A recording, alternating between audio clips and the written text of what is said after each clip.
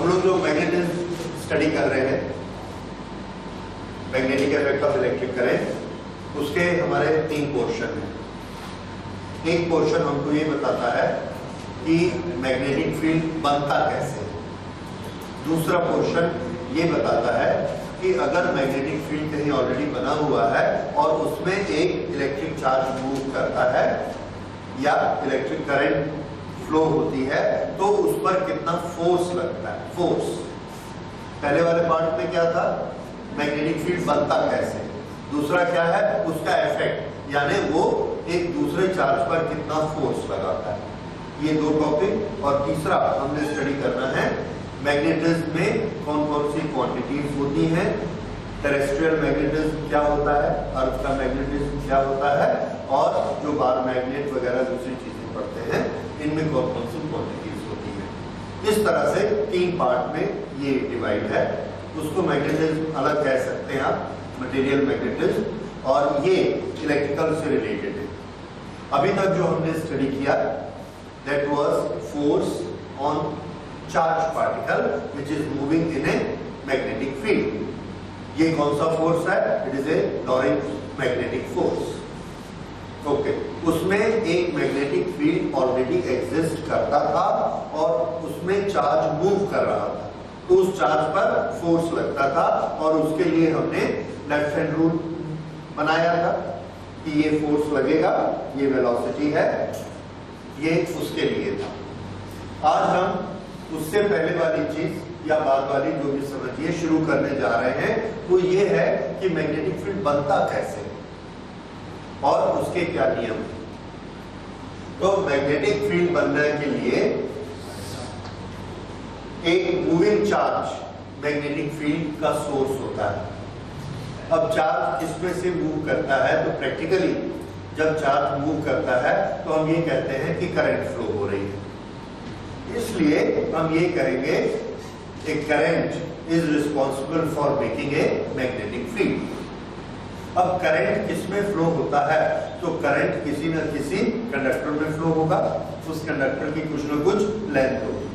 तो ऐसी कौन सी चीज है जो बेसिकली मैग्नेटिक फील्ड को बनाती है, तो हमारा आंसर है कि जब हम किसी कंडक्टर में करंट फ्लो करते हैं तो इस कंडक्टर का एक छोटा सा टुकड़ा लीजिए पॉइंट साइज का, और उसकी लेंथ हम कितनी मानते हैं, dl। Length is very small, length dl, और इसमें करंट फ्लो हो रही है I। तो ये टुकड़ा बेसिकली रिस्पॉन्सिबल है मैग्नेटिक फील्ड बनाने का। ये हमारी शर्त को पूरा करता है that there is a charge which is moving. जब भी किसी चार्ज को मूव करना हो तो एक पॉइंट से दूसरे पॉइंट तक जाएगा, तभी आप बोलेंगे मूव कर रहा है। और अगर एक ही पॉइंट पर है तो हम क्या बोलेंगे, वो एट रेस्ट है, खड़ा है अपनी जगह पे। इसका मतलब हमको कम से कम कितने पॉइंट चाहिए, 2 पॉइंट चाहिए। अगर आप 2 पॉइंट को ऐसा मिलाते हैं तो ज्योमेट्री में वो लेंथ बन गई। इसलिए थोड़ी सी लेंथ जरूरी है, उसके बिना मैग्नेटिक फील्ड नहीं बन सकता। तो करंट फ्लो हो रही है, उसके लिए हमने क्या लिया है, I, और फ्लो होने के लिए थोड़ी सी लेंथ चाहिए, वो लिया हमने dl। तो ये जो बना, ये वाला छोटा सा टुकड़ा, इसको हम कहेंगे करंट एलिमेंट।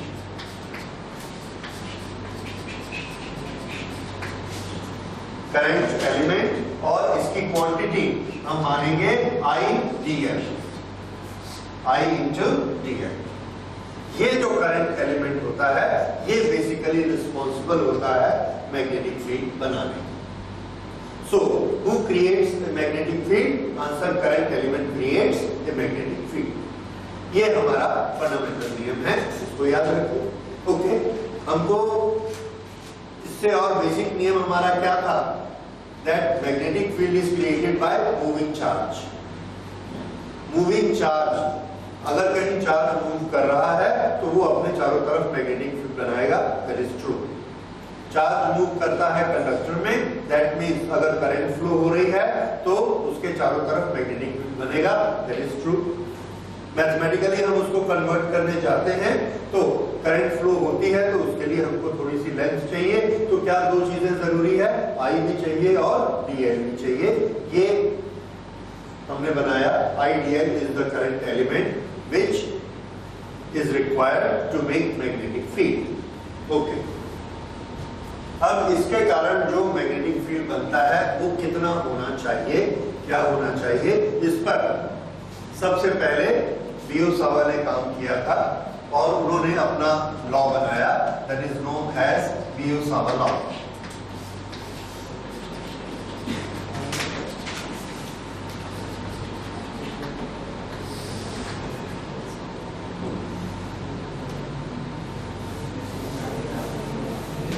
बियोसावा लॉ ये काफी कुछ कूलम्स लॉ से प्रभावित है।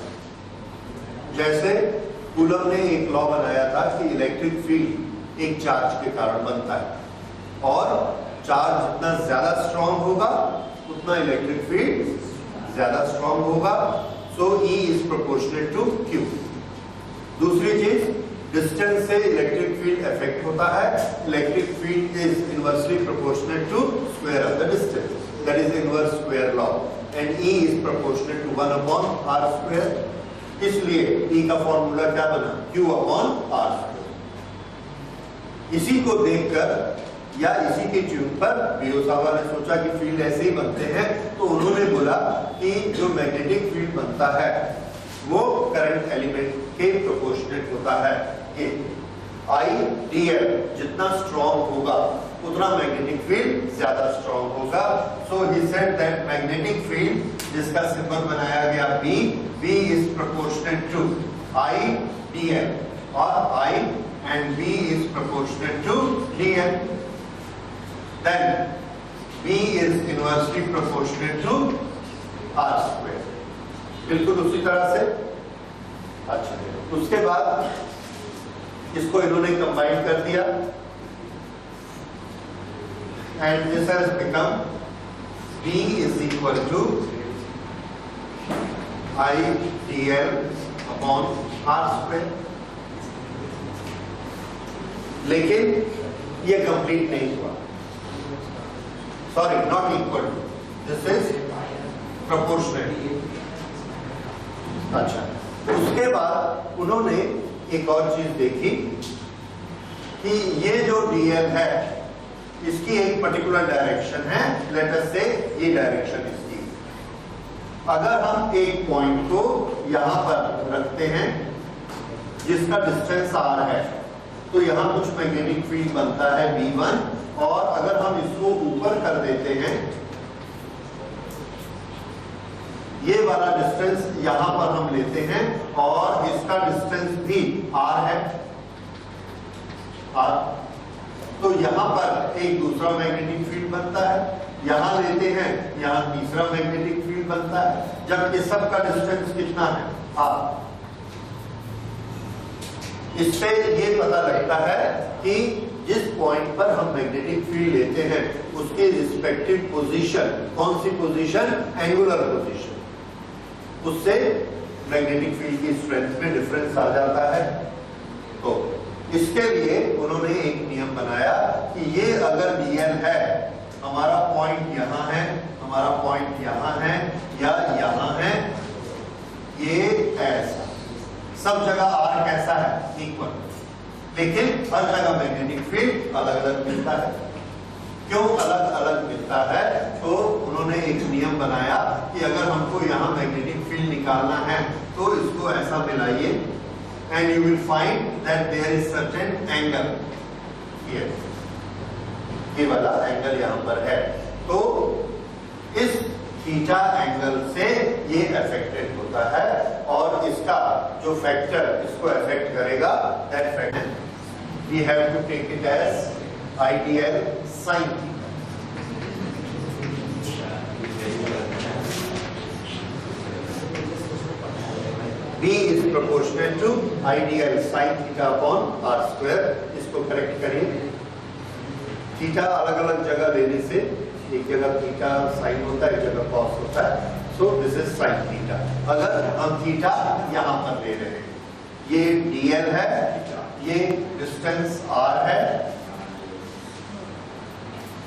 Okay,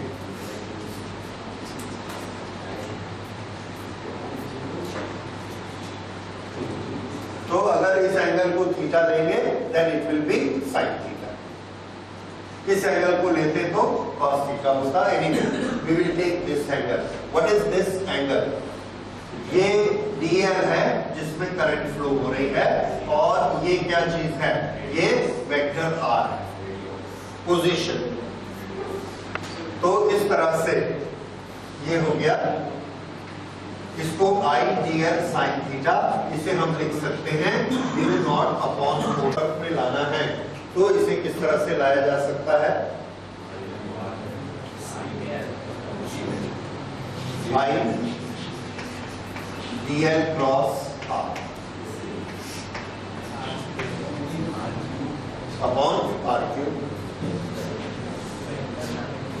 Now this gives magnetic field C.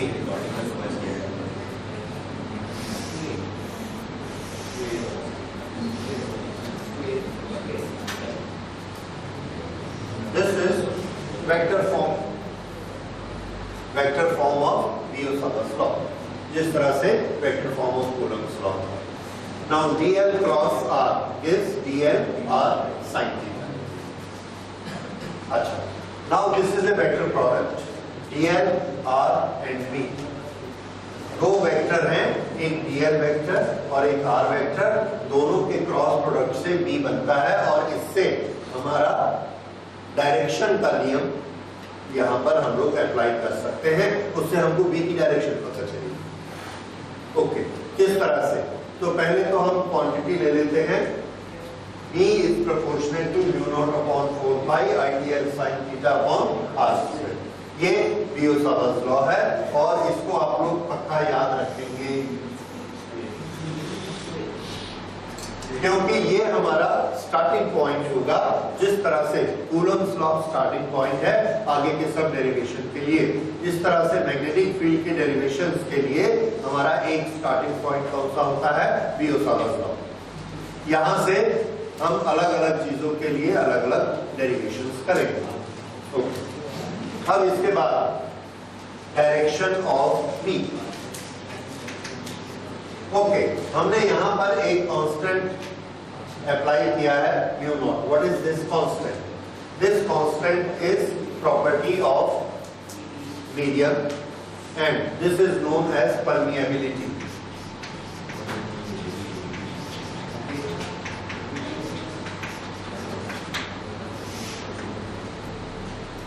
This is permeability. Okay, permeability क्या होता है? Permeability is property of the medium due to which it allows magnetic field to develop. फिर से an electric current develops a magnetic field around it. अब उस medium की ये characteristic होती है कि वो कितना मैग्नेटिक फील्ड बनने दे। That is permeability of the medium। इसलिए हम उसको इससे मल्टीप्लाई करते हैं, right? So this is A number, and this gives that how much magnetic field will develop. Larger is the mu naught, more will be the magnetic field. अलग अलग medium का mu अलग अलग होगा, और म्यू नॉट है permeability of the free space। Permeability of free space।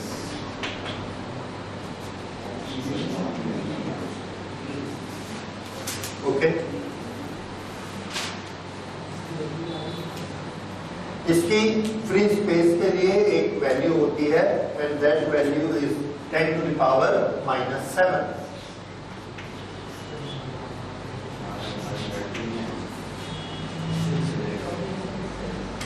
Ten to the power -7। अब इसका यूनिट क्या होता है? तो यूनिट थोड़ा आप लोग डिसाइड करिए क्या होगा। इसको देख के B का यूनिट टेस्ला, R का यूनिट मीटर क्यूब। एक मीटर कैंसिल हो गया, मीटर स्क्वायर, एक और मीटर कैंसिल कर दीजिए, मीटर, टेस्ला मीटर, ये क्या हो जाएगा, per ampere. So this is tesla metre per ampere. ये म्यू नॉट का यूनिट बन गया।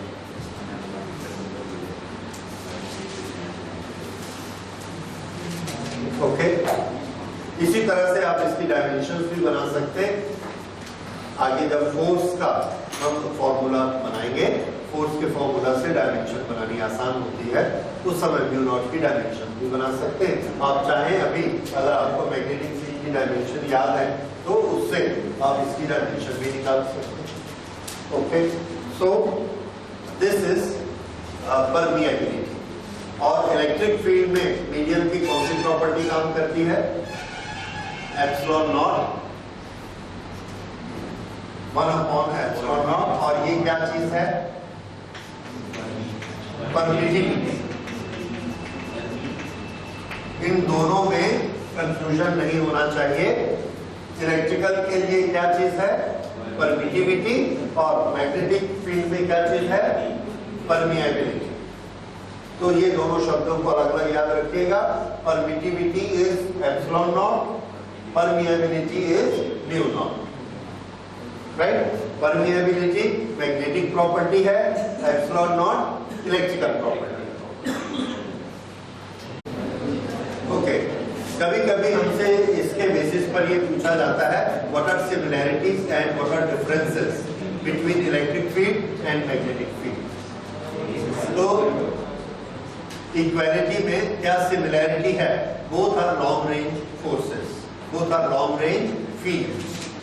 बहुत दूर तक ये काम कर सकते हैं, इंफिनिटी तक। सो ये उसकी दोनों की सिमिलैरिटी है।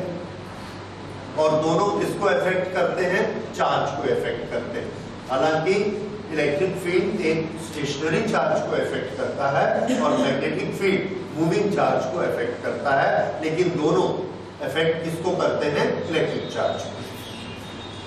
ये इनकी सिमिलैरिटी है। डिफरेंस क्या है, डिफरेंस आपने अभी अभी पढ़े हैं। इलेक्ट्रिक फील्ड को कौन बनाता है, इलेक्ट्रिक फील्ड को डिफरेंस में याद रखिए, the source of electric field is a charge and charge is a scalar quantity. What is source of magnetic field, source of magnetic field is a current element and current element dl has a particular direction. So current element I into dl, it is a vector quantity.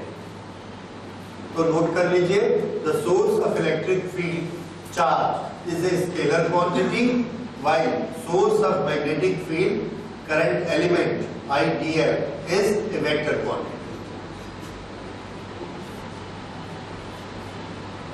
ये दोनों के बीच एक difference हो गया। इसी के basis पर, अच्छा, हमने जो इलेक्ट्रिक फील्ड बनाया है उसका जो फंडामेंटल फॉर्मूला है वो है पॉइंट चार्ज से रिलेटेड। एक पॉइंट चार्ज है Q और उसके बेसिस पर इलेक्ट्रिक फील्ड क्या होता है, Q/r²। ठीक है, सामने मीडियम का कांस्टेंट रहेगा।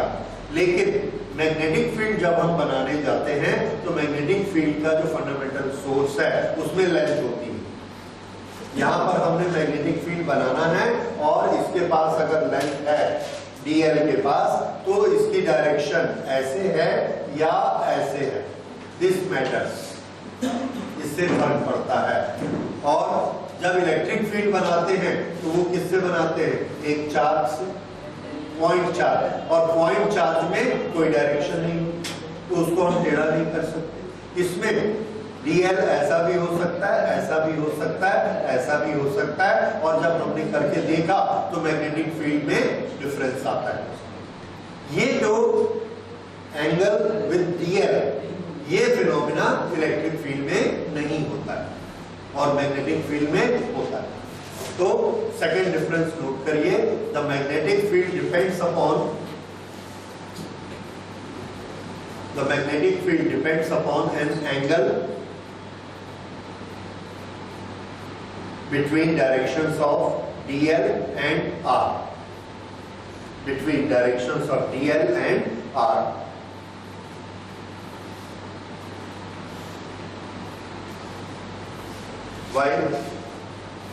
While source of electric field is a point charge, hence there is no angle. Hence there is no angle. Magnetic field जो बनेगा, field is a vector quantity और उसके पास डायरेक्शन भी होगी। तो ये जो मैग्नेटिक फील्ड बनता है इसकी डायरेक्शन हम कैसे डिसाइड करेंगे? इसकी डायरेक्शन के लिए हम एक नियम पढ़ेंगे, that is right hand palm rule. Right hand palm rule. Right hand palm rule हमें क्या बताता है? इसकी सेटिंग देखिए, यहां पर करंट ऐसे फ्लो हो रही है I DL में और ये इसका R है। तो हमको पहले राइट हैंड को सेट करना है और ये जो इसका थंब है इसको एक्सटेंड करना है 90 डिग्री। ओके, उसके बाद ये थंब को I की डायरेक्शन में रखना है और ये पाम को, इसको I अगर ऊपर जा रहा है तो हमने इसको ऊपर की तरफ रखा। ऊपर की तरफ रखने के बाद इस पाम को हम ऐसा पूरा घुमा सकते हैं 360 डिग्री। तो इसको इतना घुमाना है कि ऐसा घुमाते घुमाते ये R की डायरेक्शन में आ जाए, जिस तरफ R है। तो R इसमें आ गया। अब हमारा हाथ कहां सेट हो गया? ये I के साथ और ये R के साथ। उसके बाद यहां पर वो पॉइंट P होगा जहां पर हमने मैग्नेटिक फील्ड को स्टडी करना है। ये वाला पॉइंट ये आ गया। इस पॉइंट पर आपने एक परपेंडिकुलर बनाना है। परपेंडिकुलर, वो परपेंडिकुलर ऐसे दो डायरेक्शन में जाता है, अंदर की तरफ भी और बाहर की तरफ। ये पाम कहलाता है। तो पाम की तरफ ये वाली जो डायरेक्शन है ये मैग्नेटिक फील्ड की डायरेक्शन है। This is right hand palm rule. तो ये डायरेक्शन किसकी मिलेगी? मैग्नेटिक फील्ड की। यहां पर इसको सेट करके देखते हैं।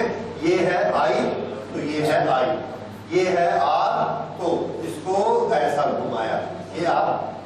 अब ये क्या चीज है? P, पाम की तरफ। ये अंदर जाता हुआ है कि बाहर आता हुआ है? अंदर जाता हुआ ये। तो ये यहाँ पर बना मैग्नेटिक फील्ड, उसकी डायरेक्शन कैसी होगी? अंदर जाती हुई, और ये हमने उसका निशान बना दिया। ये निशान क्या बताता है? Magnetic field going inside. तो ये यहाँ पर मैग्नेटिक फील्ड बना।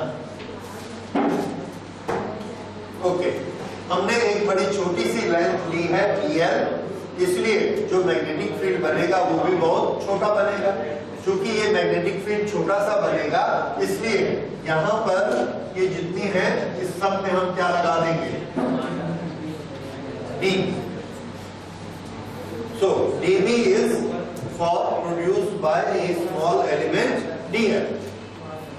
So dB is equal to mu naught upon 4 pi I dl r upon r cube। ये वेक्टर फॉर्म और ये उसका स्केलर, ये उसका quantity, that is magnitude. Okay, तो ये बना right hand palm rule. Right hand palm rule फिर से याद रखिए, हम किधर करना है?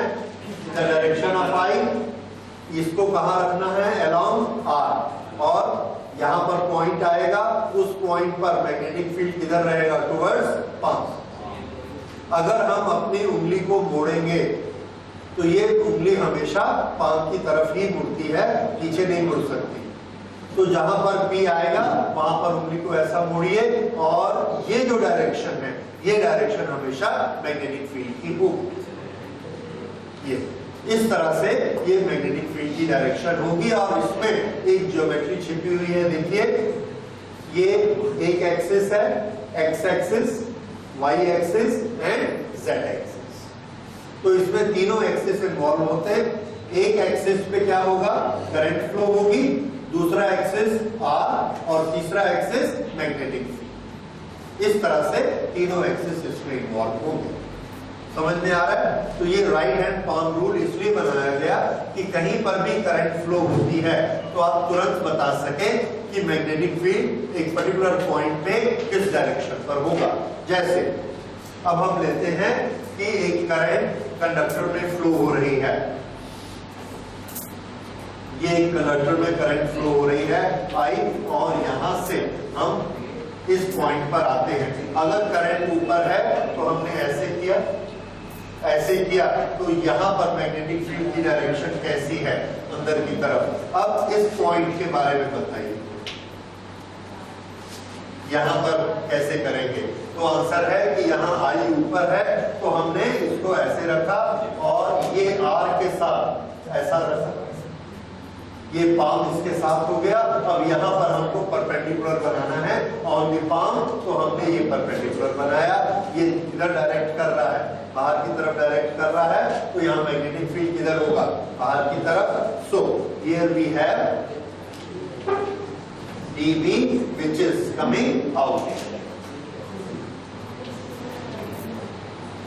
यहां पर बाहर की तरफ आएगा। अच्छा, अब अगर आपकी ये सेटिंग होती है तो फिर से देखिए, ये करंट ऐसे फ्लो हो रही है।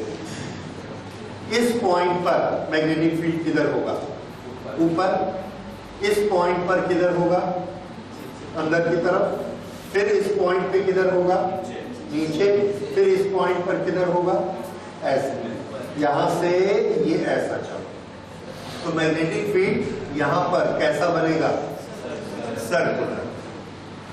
और ये इस तरह से हमें पता लगा कि ऐसे मैग्नेटिक फील्ड ये हमने सेट किया, ये मैग्नेटिक फील्ड बना, और इसमें एक मैग्नेटिक फील्ड की जो डायरेक्शन है that is perpendicular to palm, वो हमने ऐसे सेट की। ये अब अगर आर को हम ऐसा घुमा देंगे तो मैग्नेटिक फील्ड ऐसा मुड़ जाएगा, ये ऐसा मुड़ गया, नीचे रहेगा, ऐसा मुड़ेगा, इधर रहेगा, ऐसा। इसका मतलब मैग्नेटिक फील्ड की डायरेक्शन अगर हम हर पॉइंट लेते जाएंगे तो मैग्नेटिक फील्ड की डायरेक्शन कैसी आएगी? सर्कुलर। फिर से ये कंडक्टर है, इस कंडक्टर का मुंह अब मैं इधर करता हूं आपकी तरफ ऐसे, तो यहां पर इसमें करंट फ्लो हो रही है ऐसे, तो मैग्नेटिक फील्ड कैसा बनेगा? ऐसा। ये perpendicular, perpendicular, perpendicular and perpendicular, इस तरह से। तो इस कंडक्टर को अब मैं दिखाता हूं, इसमें करंट ऐसे फ्लो हो रही है बाहर की तरफ। सो this is the conductor which is carrying current and the current is coming out ऐसे। तो इसके चारों तरफ मैग्नेटिक फील्ड की शेप क्या होगी? सर्कल। और ये सर्कल में भी मैग्नेटिक फील्ड क्लॉकवाइज है कि एंटी क्लॉकवाइज है? तो हमने ऐसा किया, ये करंट है, ये आर है, और ये ऊपर कैसा आया? Anti clockwise. ये क्या चीज की डायरेक्शन है? आई। अब अगर इसको हम उल्टा कर दें और आई अंदर की तरफ जाएगा, ऐसा अंदर की तरफ, तो पाम हमारा नीचे हो गया। अगर पाम नीचे हो गया तो मैग्नेटिक फील्ड किधर आ गया? नीचे की तरफ। ये वाला आर लेंगे तो ऐसा, ये आर लेंगे तो ऐसा, ऊपर आर लेंगे तो ऐसा। तो यहां पर अगर करंट अंदर की तरफ जा रही है तो मैग्नेटिक फील्ड कैसा बनेगा? Now this magnetic field will be clockwise. ये आई है और ये मैग्नेटिक फील्ड बना क्लॉकवाइज। ये कौन सा रूल चल रहा है? Right hand palm rule, left hand नहीं है, याद रखिए। राइट हैंड, और राइट हैंड का भी सिर्फ क्या? पाम। ये वाला सेटिंग आपको नहीं करना है। मैग्नेटिक फील्ड और इलेक्ट्रोमैग्नेटिक इंडक्शन में 3-4 रूल हैं, इसलिए कौन सा रूल कहां लगाना ये बहुत इंपॉर्टेंट है और नॉर्मली उसमें गलती होती है। तो ये वाला रूल हमने कहां लगाना है? जहां मैग्नेटिक फील्ड निकालना है। किसके कारण? करंट के कारण magnetic field. Magnetic field due to current, then only apply right hand rule. Okay. फिर से अगर इसमें करंट फ्लो हो रही है तो यहां पर ये ऐसा मैग्नेटिक फील्ड बनेगा और इसकी डायरेक्शन कैसी रहेगी? This will be in this direction. ये ऐसा मैग्नेटिक फील्ड बनेगा। अगर हम ये वाला पॉइंट लेते हैं तो मैग्नेटिक फील्ड ऐसा बनेगा। ये वाला पॉइंट लेते हैं तो मैग्नेटिक फील्ड ऐसा बनेगा, ऐसा बनेगा, इस तरह से। ये सब क्या बनती है? सब का सेंटर यहां पर है और ये सब कंसेंट्रिक रिंग है, सब बनते हैं। कैसे हमको पता है कि अगर हम मैग्नेट यहां रखते हैं तो मैग्नेट इस डायरेक्शन में खड़ा हो जाएगा, अगर यहां मैग्नेट रखते हैं तो इस डायरेक्शन में खड़ा होगा, यहां रखते हैं तो इस डायरेक्शन में खड़ा होगा। तो यहां यहां यहां यहां हर जगह मैग्नेटिक फील्ड है और कहीं पर भी आप मैग्नेट को रखिए तो मैग्नेट ऐसा घूमता जाएगा इस तरह से। ऐसा अगर कंडक्टर है और हमने ये मैग्नेटिक नीडल रखी तो हम देखते हैं मैग्नेटिक नीडल यहाँ ऐसी है, यहाँ ऐसी, यहाँ ऐसी, इस तरह से। अगर इसको अंदर कर देंगे तो अंदर में भी एक चक्कर लगाएगी, यहाँ रखेंगे तो यहाँ पर भी एक राउंड लगाएगी। इसका मतलब कितने रिंग प्रेजेंट है? Very large number of rings are present. तो मैग्नेटिक फील्ड किस फॉर्म में होता है? तो आंसर है कंसेंट्रिक सर्कुलर rings. तो नोट करिए, the shape of magnetic field for a straight conductor is, the shape of magnetic field for a straight current carrying conductor is, straight current carrying conductor is in the shape of concentric rings, in the shape of concentric rings in a plane, concentric rings in a plane normal to the conductor, normal to the conductor, full stop. उसके बाद bracket में और note कर लीजिए, conductor में conductor is along axis of the rings, क्योंकि axis की ही ये प्रॉपर्टी होती है, सर्कल और एक्सिस ये दोनों एक दूसरे पे राइट एंगल रहते हैं। तो इस तरह से मैग्नेटिक फील्ड बनेगा। अब अगर यहाँ पर ऐसा मैग्नेटिक फील्ड बना है और हमने कंडक्टर को ऐसा टेढ़ा कर दिया तो मैग्नेटिक फील्ड भी इसके साथ ही साथ ऐसा हो जाएगा। याद रखिए एग्जांपल छाते का जो डंडा है वो क्या है? करंट कैरिंग कंडक्टर, और छाते के ऊपर जो कपड़ा लगा हुआ है that is concentric rings of magnetic field. जिधर आप ऐसे घुमाएंगे वैसा का वैसे रिंग्स सब के सब घूम जाएंगे। Okay, so this is magnetic field, उसकी क्वांटिटी और उसकी डायरेक्शन। यूसावा लॉ हमको बताता है कि फंडामेंटली ये उन्होंने क्या किया है, एक पॉइंट को नकल करने की कोशिश की है। DM is so small that it is like a point, और वो क्या बनाता है? एक छोटा सा मैग्नेटिक फील्ड बनाता है। अब इससे स्टार्ट करके हम अलग अलग डेरिवेशन करते हैं। तो पहले हम एक डेरिवेशन लेते हैं that what should be magnetic field at the centre of a circular current carrying coil. Okay, so now we will note it. So now we will study magnetic field at the centre of current carrying circular coil. हमको अभी तक ये पता है कि अगर straight conductor होता है तो मैग्नेटिक फील्ड कैसा बनता है? सर्कुलर के फॉर्म में। ओके, छोटे छोटे स्ट्रेट कंडक्टर को मिला के हमने एक सर्कल बना दिया और इसमें करंट फ्लो करे। यहां से लेके यहां तक ये एक छोटा सा कंडक्टर है जिसमें ऐसे करंट फ्लो हो रही है, और इसमें अगर हम राइट हैंड पाम रूल लगाएंगे ये तो करंट की डायरेक्शन कैसी बनेगी, इस तरह से यहाँ पर एक रिंग बनेगा एस, और ये मैग्नेटिक फील्ड इस तरह से बनेगा। और थोड़ा दूर लेंगे तो ऐसा बनेगा, और थोड़ा दूर लेंगे तो ऐसा बनेगा। इस तरह से इस कंडक्टर के चारों तरफ रिंग बनेंगे। ये 3 डायमेंशन है, थोड़ा सा आपको समझने में दिक्कत होगी। मैं आज मॉडल तो नहीं लाया, बट एनीवे इसको समझिए। ये रिंग का ऊपर का हिस्सा है। अगर ये ऊपर का हिस्सा है तो मैग्नेटिक फील्ड ऐसा बनेगा, राइट। थोड़ा और बड़ा सर्कल ऐसा बनेगा, और बड़ा सर्कल ऐसा बनेगा। अब यहां पर सेंटर है, थोड़ा इसको इमेजिन करिए। ये ऐसा सर्कल है जिसमें करंट फ्लो हो रही है, ये इसका सेंटर है। इसका जो मैग्नेटिक फील्ड बन रहा है इस तरह से, बड़ा वाला इस तरह से, और बड़ा वाला इस तरह से। तो सेंटर में मैग्नेटिक फील्ड की डायरेक्शन किधर होगी,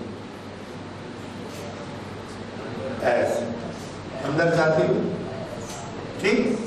अगर ऐसे करंट है तो इधर जाएगी, और अगर इधर करंट है तो इधर करंट है तो बाहर आते हुए। ये करंट कौन सी होगी, एंटी क्लॉकवाइज। अगर एंटी क्लॉकवाइज करंट है तो मैग्नेटिक फील्ड ऐसा बनेगा, सेंटर पे क्या करेगा, वो बाहर आएगा। अब इसी रिंग का ये वाला हिस्सा देखिए, यहां पर करंट ऐसे जा रही है, इसके कारण मैग्नेटिक फील्ड कैसा बनेगा, नीचे करंट जा रही है तो मैग्नेटिक फील्ड ऐसा सर्कल बनाएगा ये, और इसका सेंटर यहां है। इसके सेंटर में बताइए बी की डायरेक्शन किधर होगी, बाहर की तरफ। इसके कारण किधर आई थी, बाहर की तरफ। इसके कारण किधर आएगी, बाहर की तरफ। अब ये नीचे है, इसमें सेट करिए और बताइए कैसे। ये वाला पोर्शन ऐसे करंट फ्लो हो रही है। अगर करंट ऐसे फ्लो हो रही है तो यहां पर मैग्नेटिक फील्ड की डायरेक्शन किधर आएगी, कमिंग आउट। ये ऐसा रिंग बनेगा, बाहर आएगा। इसके कारण ये ऐसा आई और यहां पर ये गया। ये जो स्ट्रेट कंडक्टर है इसके कारण यहां पर आप हाथ को ऐसा सेट करिए, ये नीचे। अगर ये नीचे रहेगा ऐसे, ये आर के साथ, और ये हमने मोड़ा, किधर आया, बाहर की तरफ। तो इसके कारण भी किधर है, बाहर की तरफ। इसके कारण देखिए ये यहां पर ये हमने अंगूठा रखा आई की तरफ, ये आर है, ये आर ऐसा किधर आया, बाहर की तरफ। और अब ये करंट यहां पहुंचती है तो इसके कारण यहां पर बताइए ये ऐसा रखा और ये ऐसा हुआ, किधर आया, बाहर की तरफ। इसका ये मतलब है, यहां पर रख के देखिए बाहर की तरफ। हर करंट एलिमेंट के कारण मैग्नेटिक फील्ड की डायरेक्शन किधर है, आउटसाइड। तो इस तरह से यहां पर एक रिंग बनता है, यहां पर भी रिंग बना, यहां पर भी रिंग बना, यहां पर भी रिंग बना। हर करंट एलिमेंट अपने चारों तरफ एक रिंग बनाता है। ये इसी तरह से होगा कि जैसे हमारे पास एक रिंग है, और इधर ध्यान दीजिए, ये एक रिंग है और उस रिंग पर हमने ऐसे चूड़ियां पहना दी, 1 2 3 4। सेंटर में यहाँ की चूड़ी ऐसे आएगी, इधर वाली ऐसे जाएगी, ये ऐसे जाएगी, ये ऐसे जाएगी। तो जब आप सेंटर पर देखेंगे तो आपको क्या दिखेगा, बहुत सारी लाइंस ऐसे बाहर निकल रही है। सिर्फ सेंटर की बात कर रहे हैं। सेंटर से जैसे ही आप दूर जाएंगे मैग्नेटिक फील्ड बिखर जाएगा ऐसे, लेकिन सेंटर पर क्या दिखेगा, मैग्नेटिक फील्ड पैरेलल और एक ही डायरेक्शन में आता हुआ। This is discussion on the direction of magnetic field at the center of a circular coil. तो यहाँ सर्कुलर, यहाँ पर हमको जो दिखेगा, इसको अगर हम ऐसा बनाते हैं यहाँ पर, तो हमें यहाँ एक ही डायरेक्शन में बनेगा, हर एलिमेंट इस डायरेक्शन में बना रहा है। यहां पर कैसा बना रहा है? रिंग बना रहा है। और जब ये रिंग यहां पहुंचता है तो ये इतना बड़ा रिंग बन गया, इधर का इतना बड़ा रिंग बन गया, लेकिन इस जगह पर हमको कैसा मिला? सबकी डायरेक्शन एक तरफ। So this is direction of magnetic field at the center of a circular coil. इस डायरेक्शन को हम लोग कैसे याद रखते हैं? ये बहुत आसान है याद रखना। इसके लिए मैग्नेटिक फील्ड की डायरेक्शन के लिए आपको हमेशा राइट हैंड ही यूज करना है, और राइट हैंड में भी थंब और फिंगर्स। ये अभी हमने क्या पढ़ा कि अगर ये करंट जाएगी तो ये ऐसा हमने मोड़ा, ये क्या दिखाएगा? Magnetic field. हाँ जी, थोड़ा इधर भी ध्यान दीजिए। अगर इसमें करंट जाएगी तो ये डायरेक्शन किसकी है? Magnetic field. और ये मैग्नेटिक फील्ड चारों तरफ घूमेगा। लेकिन इस सैंपल में करंट फ्लो हो रही है सर्कुलर कॉइल में, स्ट्रेट लाइन नहीं है, तो हमने इसको चेंज नहीं किया, इसको हमने मान लिया करंट। अब हम करंट की डायरेक्शन इसको मान रहे हैं, तो ये किसकी डायरेक्शन दिखाएगा? Magnetic field. देखिए ये करंट फ्लो हो रही है, तो फिंगर के कर्व को मैंने ऐसा किया, ये किसकी डायरेक्शन दिखाएगा? Magnetic field. करंट को उल्टा कर दो, करंट को उल्टा कर दो तो फिंगर्स को किधर मोड़ना है? उल्टी तरफ, और ये फिंगर्स इधर नहीं मुड़ती है, तो ऑटोमेटिकली हमको हाथ को ऐसा करना पड़ेगा, क्योंकि फिंगर हमेशा पांव की तरफ मुड़ती है। तो अगर करंट ऐसी फ्लो हो रही है यहां से ऐसे, तो हमने हाथ को ऐसे मोड़ा, अंगूठा अपने आप किधर चला गया? पीछे। ये क्या दिखाएगा? मैग्नेटिक फील्ड की डायरेक्शन। तो डायरेक्शन के लिए इसको हम बोलेंगे right hand curl rule. Note करिए, right hand curl rule.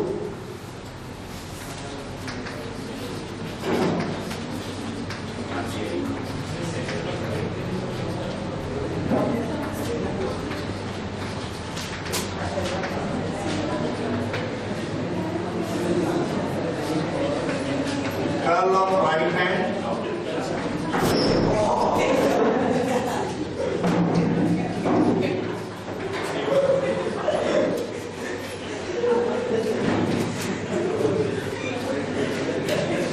Curl of right hand. What does it give? Direction of current. इसको इस डायरेक्शन में सेट करना है।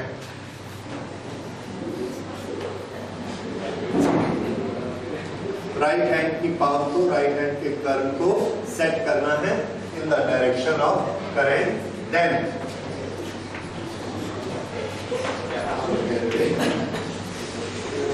Stretch thumb will give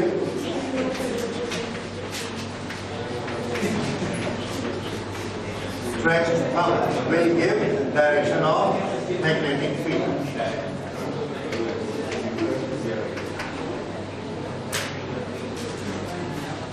Stretched thumb will give direction of magnetic field at the center.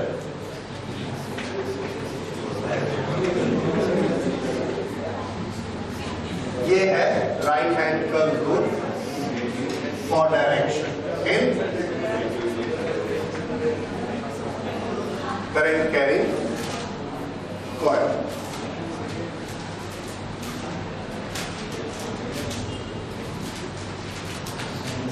Okay, तो right hand curve आपको बनाना है। अगर ये स्ट्रेट कंडक्टर है तो ये मैग्नेटिक फील्ड है, और अगर ये करंट है तो ये मैग्नेटिक। और ये एक बड़ा छोटा सा रूल है, इससे हम आराम से मैग्नेटिक फील्ड की डायरेक्शन निकाल सकते हैं। अब हमको ये निकालना है कि ये मैग्नेटिक फील्ड होगा कितना। फिर से मैग्नेटिक फील्ड का सोर्स क्या होता है? तो आंसर है मैग्नेटिक फील्ड का सोर्स इलेक्ट्रिक करंट होती है। इसमें एक इलेक्ट्रिक करंट फ्लो हो रही है जिसका मैग्नीट्यूड हमको मालूम है, इसका मैग्नीट्यूड I है, इसका रेडियस हमको मालूम है, इसका रेडियस R है। ये दो चीजें हमको मालूम है, और परमिएबिलिटी ऑफ द मीडियम वो हमने माना हुआ है फ्री स्पेस की म्यू नॉट होती है।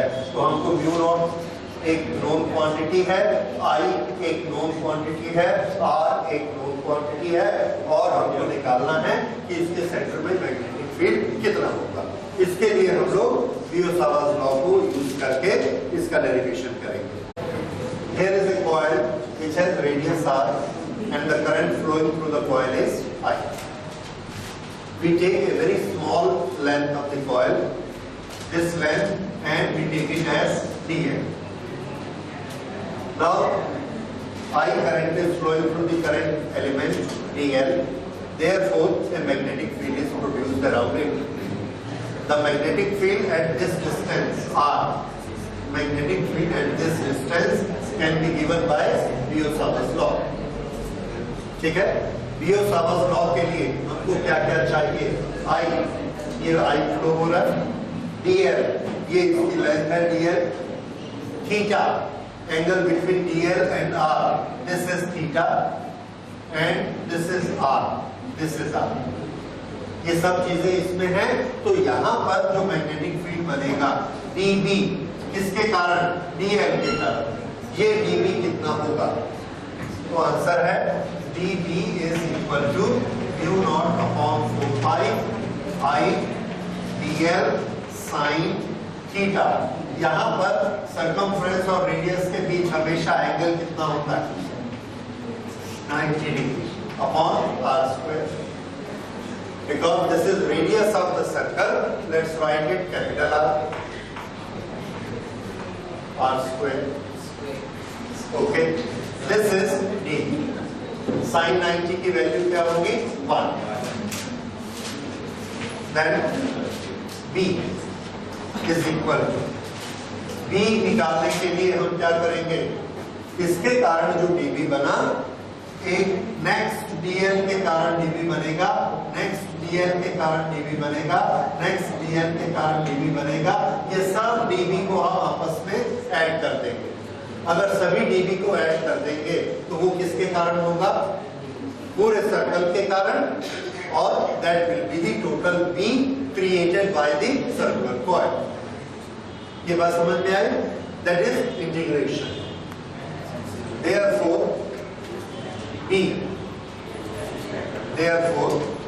B is equal to integration of mu naught upon 4 pi I dl upon r square. This is equal to mu naught upon 4 pi r square. These are constants. हर जगह पर I की value same है, R की value हर point पर same है, they are not changing. Integration, क्या चीज आपस में जुड़ती जाएगी? dl dl dl dl, this will get integrated dl. Okay, dl का इंटीग्रेशन, सभी dl आपस में जोड़िए, कितना हो जाएगा? 2 pi r. So this will be mu naught I 2 pi r upon 4 pi r square. This is equal to mu naught I upon 2r. This is magnetic field at the center. तो ये quantity आप याद रखेंगे, magnetic field at the centre B is equal to mu naught I upon 2r.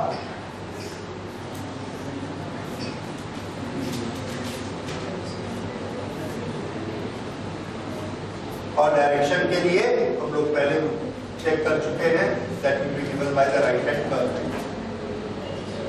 Okay, so this is magnetic field. किस पर depend करता है? Current and radius only. अच्छा, अब इसी मैग्नेटिक फील्ड में इस फॉर्मूला से और हम छोटे छोटे थोड़े से डेरिवेशन कर सकते हैं। जैसे अगर करंट एक हाफ सर्कल में फ्लो हो रही है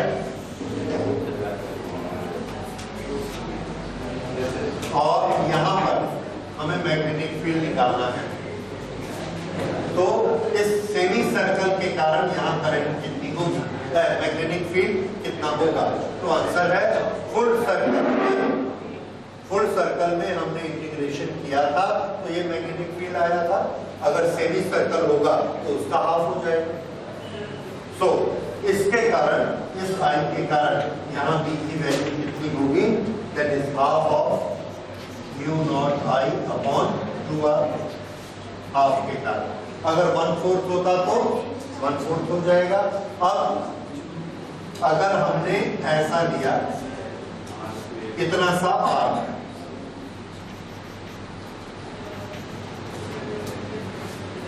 ये इसका रेडियस है r, इसमें करंट फ्लो हो रही है I और यहाँ एंगल बना हुआ है थीटा। तो ये करंट एलिमेंट I के कारण इस पॉइंट पर मैग्नेटिक फील्ड की वैल्यू कितनी होगी। तो इसका बनाने का तरीका है, पहले फुल सर्कल के कारण यहाँ निकालिए। फुल सर्कल के कारण मैग्नेटिक फील्ड कितना होता है, mu naught I upon 2r। ये किसके कारण हो गया, फुल सर्कल के कारण। इसके बाद डिग्री वाइज इसके टुकड़े कर दीजिए। 1 डिग्री का मैग्नेटिक फील्ड कितना होगा, टोटल डिग्री कितनी होती है 360। अगर हम 360 से डिवाइड कर देंगे तो मैग्नेटिक फील्ड किसका मिला, पर डिग्री, 1 डिग्री के लिए। और यहां पर ये r कितने डिग्री तक फैला हुआ है, theta. So we will multiply it with theta. ये वाला फैक्टर आप साथ में मल्टीप्लाई करेंगे, थीटा अपॉन 360। तो इसमें सेमी सर्कल हो, क्वार्टर सर्कल हो, आर्क हो, कितना भी हो, हर एक जगह ये फॉर्मूला फिट होगा। तो अगर सेमी सर्कल है तो थीटा की वैल्यू कितनी होगी, 180। सेमी सर्कल में ये देखिए, ये इसको हमने मिलाया, ये थीटा की वैल्यू कितनी आ जाएगी, 180। ओके। अगर हमारे पास ये क्वार्टर सर्कल है तो ये वैल्यू कितनी आएगी, 90। और ये 90 अपॉन 360 कितना होता है, 1/4। तो ये ऑटोमेटिकली 1/4 हो गया, 180 ऑटोमेटिकली हाफ हो गया। इस तरह से ये हमारा एक जनरल फॉर्मूला बन गया, थीटा बाई 360 करने से कितना भी बड़ा आर्क हो उसका हम मैग्नेटिक फील्ड निकाल सकते हैं। ठीक है, तो ये हमने बनाया सर्कल और सर्कल के कारण मैग्नेटिक फील्ड। ओके, लियो-सावर लॉ में अभी आपकी 2 डेरिवेशन और कर रहे हैं। एक डेरिवेशन है magnetic field at the point on the axis of A current carrying coil. एक करंट कैरिंग कॉइल है ऐसे, और उसकी एक्सिस कहाँ होगी, सेंटर से ऐसे निकलती है ये कॉइल और ये उसकी एक्सिस। इस एक्सिस पर हमने एक पॉइंट लिया, यहाँ पर हमको मैग्नेटिक फील्ड की वैल्यू डिराइव करनी है। अभी तक हमने कहाँ डिराइव की थी, इसके सेंटर पे बड़ा सिंपल डेरिवेशन था, म्यू नॉट आई अपॉन 2r। अब हम इतनी दूर जाकर जब करते हैं तो ये डिस्टेंस बढ़ जाएगा, तो यहाँ पर मैग्नेटिक फील्ड कितना होगा इसको निकालते हैं। Okay, so there is a current carrying coil, इसमें करंट फ्लो हो रही है और इस करंट के कारण ये वाला कॉइल ऐसा रखा हुआ है। इसमें डायरेक्शन का बहुत प्रॉब्लम है, तो थोड़ा सा आपको कंसंट्रेट करना पड़ेगा। कॉइल की डायरेक्शन इस तरह से ऐसे, और ये उसकी एक्सिस है। इसमें करंट ऐसे फ्लो हो रही है, ये हमने माना। इधर से देखेंगे तो ऐसे। ओके, तो इसमें इस तरह से करंट फ्लो हो रही है। ये इसका सेंटर है और ये इसकी एक्सिस है। इस एक्सिस पर हमने एक पॉइंट लिया, इस पॉइंट पर हमको मैग्नेटिक फील्ड निकालना है। उसकी क्वांटिटी कितनी होगी और उसकी डायरेक्शन। इसके लिए फिर से हम लियो-सावर लॉ को लेंगे। लियो-सावर लॉ किसके कारण मैग्नेटिक फील्ड बताता है, तो आंसर है वो एक छोटे से करंट एलिमेंट के कारण बताता है। तो इसमें हम एलिमेंट से स्टार्ट करते हैं। Let this be a current element Dn। इस Dn करंट एलिमेंट को इसके साथ हमने जोड़ा डिस्टेंस निकालने के लिए। लियो-सावर लॉ में हमको क्या क्या चाहिए, I dl sin theta upon r r. What is r? Distance of that point from current carrying element. ये वाला भी डिस्टेंस है और ये हमने मान लिया r. ये वाले पॉइंट का डिस्टेंस यहां से यहां तक है x और इसका रेडियस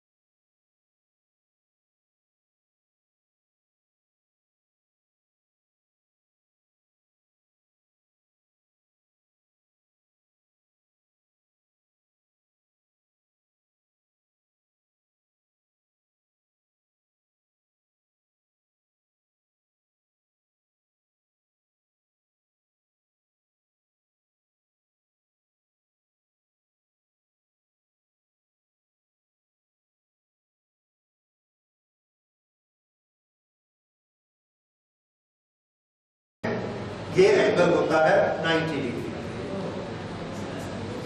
अब यहां से आपको दिखता नहीं है 90 डिग्री, इसलिए आप सोच नहीं पा रहे हैं। देखिए हमारा सर्कल कैसा है, तो हमने माना कि हमारा सर्कल इस तरह का है ये, और इस सर्कल को हमने कैसे रखा है, ऐसे रखा डायग्राम बनाने में। अगर ऐसे सर्कल को रखा है तो आर कहां है, ये आर है, ये समझ में आ गया। अब ये चीज क्या है, डीएल, जिसमें करंट फ्लो हो रही है, ये डीएल है, और ये क्या है, आर। कितना एंगल है इनके बीच, 90। देखा, अगर मैं इसको ऐसा कर लूं, ये जो अभी आपको दिख रहा है, कितना एंगल है डीएल और आर के बीच, ये लाइन डीएल है और ये लाइन आर है। आप इस लाइन को देखने की कोशिश मत करिए, थोड़ा सा आउट ऑफ द बॉक्स सोचिए।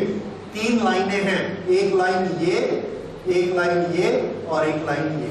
आपको एंगल किस किस के बीच देखना है, डीएल और आर। ये लाइन कौन सी है, डीएल, ये लाइन कौन सी है, आर। इसको मत देखिए, ये स्लोप आपको मिसगाइड कर रहा है, इसको तो देखना ही नहीं है। अब बताइए ये लाइन और ये लाइन कितना एंगल है, अब कितना है, अब कितना है, हाँ, इसको झुकाने से क्या फर्क पड़ेगा, ये लाइन तो वहीं की वहीं है, ये लाइन भी वहीं की वहीं है, ये तो कितना एंगल है इसके बीच, 90। अब 90 है, अगर मैं इसको झुका दूंगा तब भी कितना है, 90। लेकिन इधर से देखने से हम इसके बारे में सोचना शुरू कर देते हैं। इसको नहीं सोचना है आपको, इसको और इसको सोचना है। 3 लाइनें हैं, उसमें से हमारा सेट ये डीएल है और ये आर है। This will always remain 90। इसलिए साइन थीटा के साथ हम क्या लेंगे, 90, और यहां पर हम लिख देंगे theta is equal to 90 degree. So dv is equal to mu naught upon 4 pi I dl upon r square। अब इसकी डायरेक्शन बताइए, because dv is a vector quantity। तो इसमें हमने राइट हैंड पाम रूल लगाया, राइट हैंड पाम रूल लगाया। फिर से यहाँ पर ये dl की डायरेक्शन है, तो ये ऐसा थंब को सेट किया इस तरह से। इसको किधर लगाना है, r की तरफ, ये हमने r की तरफ किया। r की तरफ करने के बाद इस पाम पर हमने एक परपेंडिकुलर बनाना है, ये ऐसे। ये क्या चीज है, परपेंडिकुलर ऑन दी पाम। ये डायरेक्शन किसकी आएगी, मैग्नेटिक फील्ड B। समझ आ रहा है थोड़ा सा? ये आई dl की डायरेक्शन, ये r और ये डायरेक्शन किसकी है? मैग्नेटिक फील्ड db की। यहां पर ये डायरेक्शन r के परपेंडिकुलर, ये 90 डिग्री बनाती हुई ये डायरेक्शन है db। इधर db आएगा, इससे 90 डिग्री बनाते हुए इसको आप आराम से बैठ के जैसा मर्जी सोचिए, ये ऐसा है इस तरह से। यहां पर जब आप राइट हैंड को सेट करेंगे तो राइट हैंड को सेट करते हुए ये ऐसा किया, इसको ऐसा किया और इस पर ये 90 डिग्री ऐसा, ये 90 डिग्री ऐसा। ठीक है, तो ये कौन सा रूल लगा?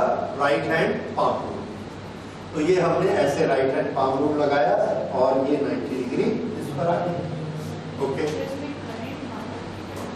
करंट ऐसे बाहर की तरफ जा रही है, ऐसा सर्कल है और करंट बाहर की तरफ जा रही है, तो हमने रूल ऐसा बाहर की तरफ रखा, ऊपर में करंट बाहर की तरफ आ रही है। ठीक है, तो ये डायरेक्शन किधर आ गई? इस तरफ, इससे 90 डिग्री बनाते हुए। अब हमने क्या किया? ऐसा ही एक करंट एलिमेंट लिया ठीक इसके नीचे, यहां पर डायमेट्रिकली अपोजिट। यहां से इसका डिस्टेंस सेम होगा ड्यू टू सिमेट्रिक, r की वैल्यू वही होगी तो db की वैल्यू भी वही होगी। अब इसकी डायरेक्शन देखिए, करंट अंदर जाते हुए r ऐसा है, ये इसकी डायरेक्शन आ गई, ये वाली r पर पाम पे परपेंडिकुलर, तो इसकी डायरेक्शन यहां पर 90 डिग्री बनाते हुए ऐसे है। ये किसके कारण है? ये नीचे वाले एलिमेंट के कारण है, इस dl के कारण। ओके, ये db इधर और इस करंट एलिमेंट के कारण ये db इधर। अब इस db के हमने कंपोनेंट बना दिए, यहां पर एक लाइन खींची which is normal to the axis। मान लीजिए ये एक्सिस के साथ थीटा एंगल बनाता है, एक्सिस के साथ थीटा एंगल बनाता है, तो इस db के हमने दो कंपोनेंट कर दिए। One component is here db cos theta और एक कंपोनेंट ऊपर बन जाएगा, this is db sin theta. ये वाला जो db, ये db नीचे वाले dl ने बनाया है, इसके भी दो कंपोनेंट हमने कर दिए।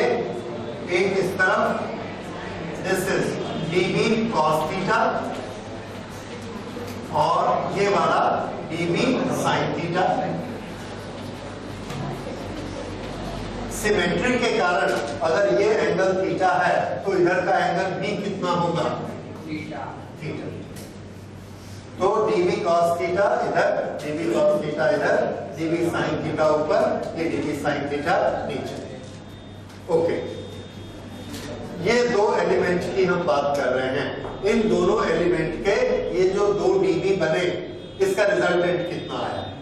तो आंसर है इन दोनों का रिजल्टेंट हमको मिला, इसके हमने दो टुकड़े किए, इसके दो टुकड़े किए और हम इन चारों को आपस में जोड़ दिया। अगर हमने सबका एडिशन किया तो db sin थीटा वेक्टर इस db sin थीटा वेक्टर को कैंसिल कर देगा, they are opposite to each other. कौन सा कैंसिल हो गया? db sin theta. तो हमको कितना मिला? db cos theta. तो ये db cos थीटा हमको इन दोनों के कारण मिला और इसकी डायरेक्शन किधर है? db cos थीटा की डायरेक्शन इस तरफ है।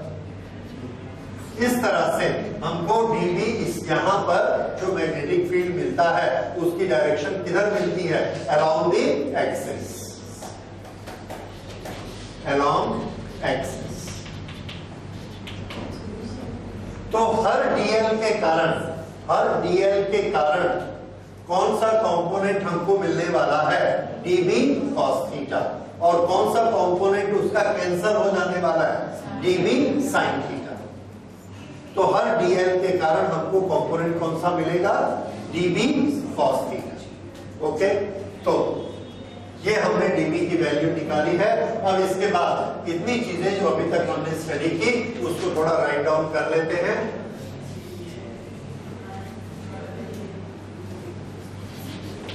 dB has two components,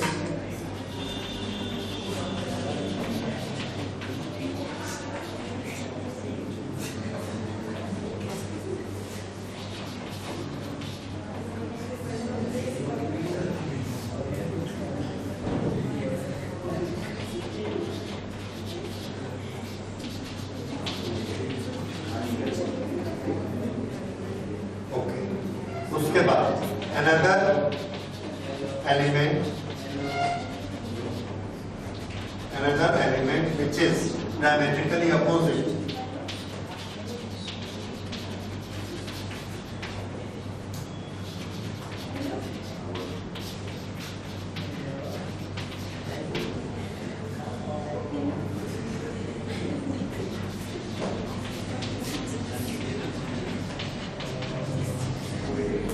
create another dB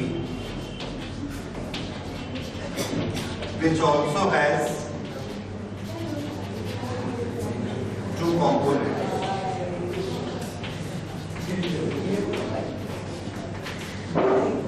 As per diagram.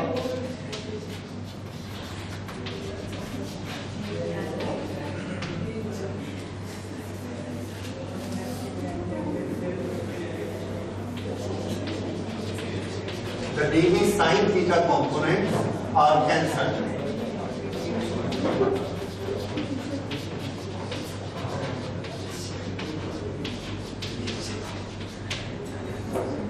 dB sin theta components are cancelled. Therefore, total magnetic field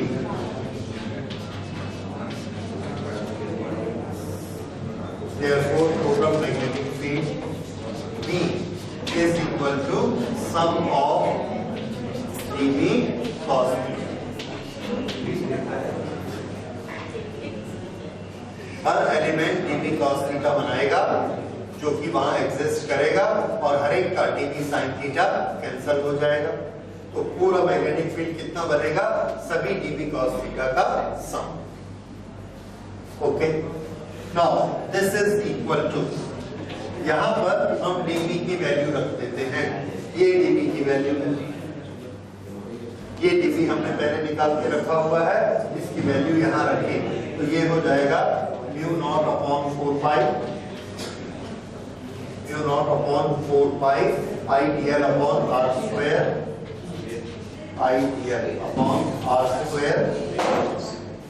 multiplied by cos theta. और इसका क्या करना है?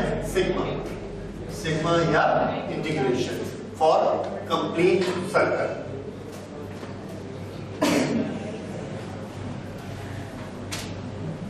ओके, अब इसको कंप्लीट करते हैं।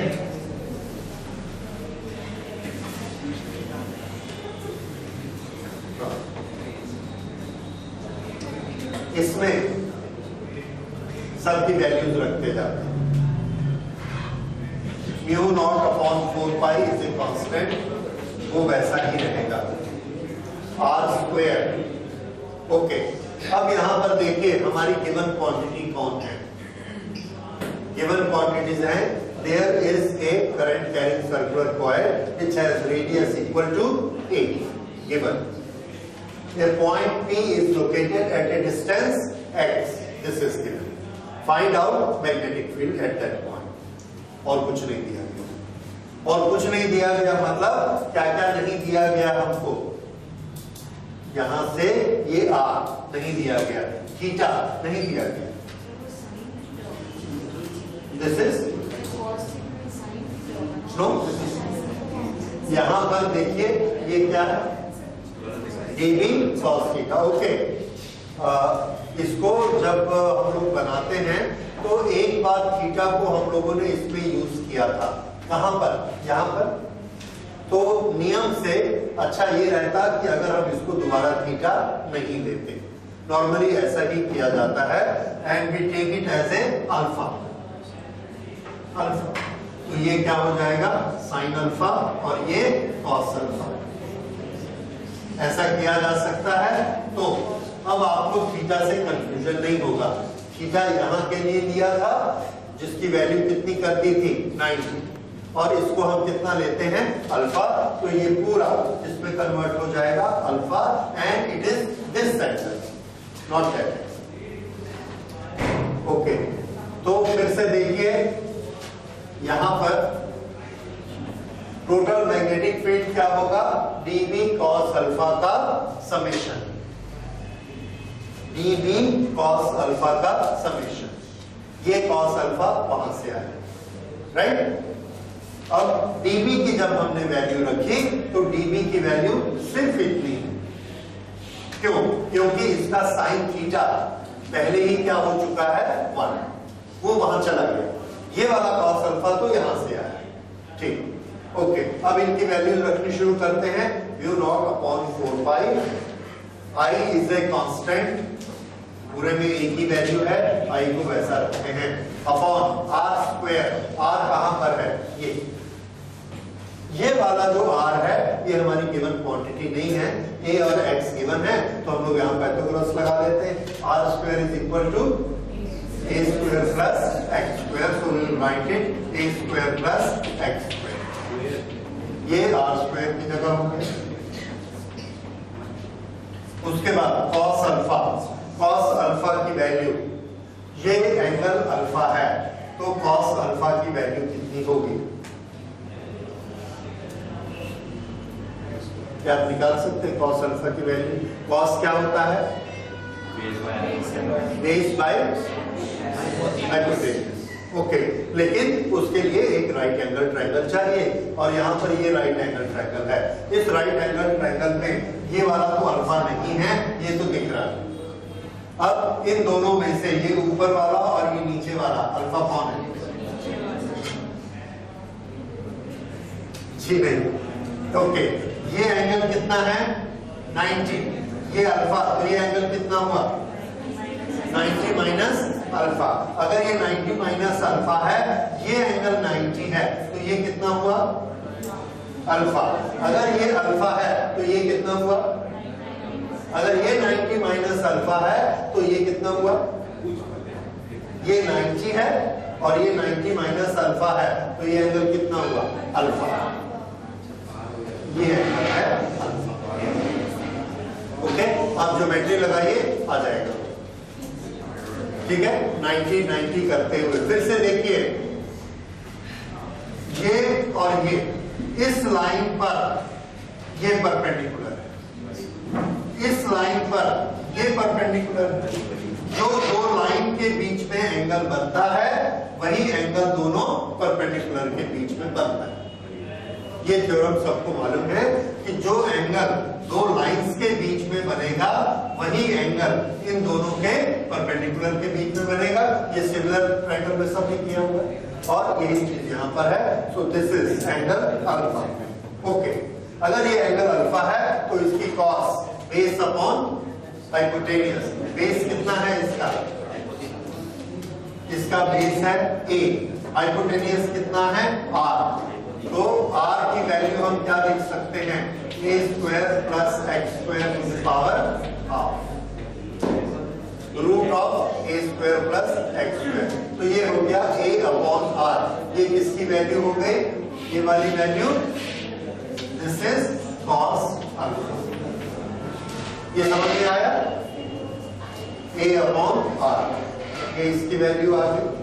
Okay, this is equal to mu naught I, mu naught upon 4 pi I into a divided by a square plus x square to the power 3/2। ये वैल्यू I magnetic field on the axis. Yes, हाँ, DL छूट गया है, तो ये हो गया, ये हो गया, ये अब ये बचा summation of DI।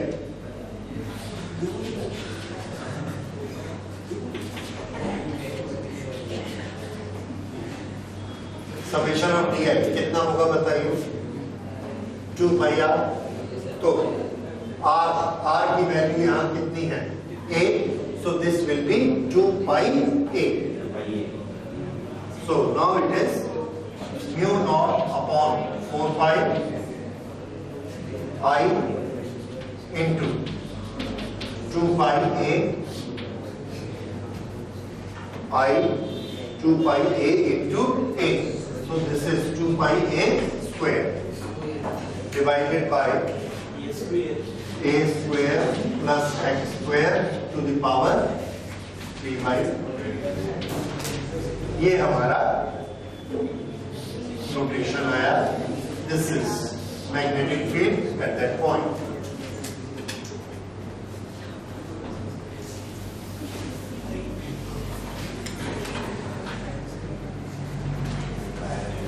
So B on the axis is equal to mu naught upon 4 pi I 2 pi a square upon a square plus x square to the power 3 by। क्या चीज?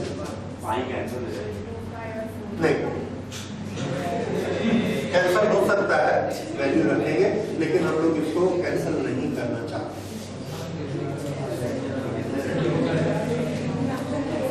इसलिए कैंसिल नहीं करना चाहते क्योंकि म्यू नॉट अपॉन 4 पाई की value कितनी होती है? 10 to the power -7। ओके, तो mu naught upon 4 pi 10 to the power -7 एक कांस्टेंट है, इसलिए इसको वैसा ही रखेंगे। एक चीज। दूसरा, हमको यहाँ पर पाई a स्क्वायर की जरूरत है। कहाँ जरूरत है अभी पता लगेगा। ओके, ये क्या है? Magnetic field due to a coil at a distance x।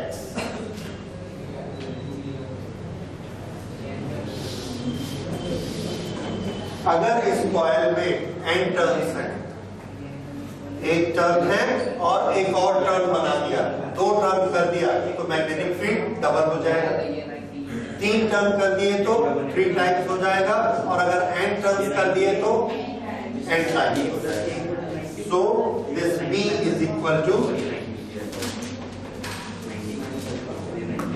2 mu naught I 2 n pi a square upon a square plus x square to the power 3 by 2। अब ये चीज देखिए, पाई a स्क्वायर, ये किसका फॉर्मूला है? इस कॉइल का area बताइए। रेडियस a है तो उसका एरिया कितना हुआ? पाई a स्क्वायर। तो इसको हम एरिया लिख सकते हैं। अब b किसके बराबर हो जाएगा? b is equal to mu naught I mu naught upon 4 pi into I into 2na upon a square plus x square to the power 3 by 2।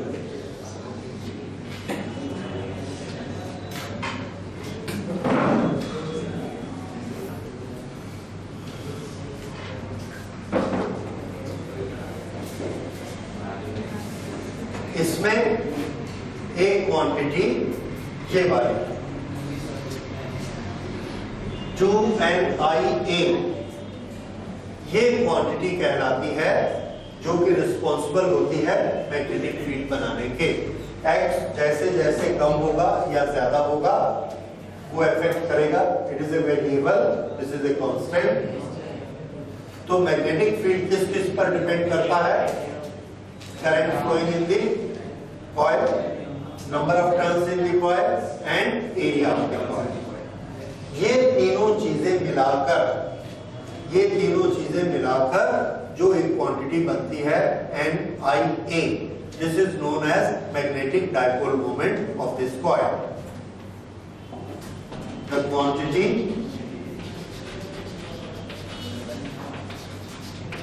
NiA is called magnetic dipole moment.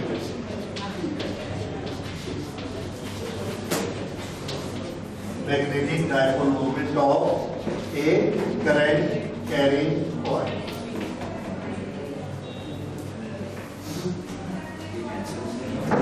Or magnetic dipole moment N is equal to NiA.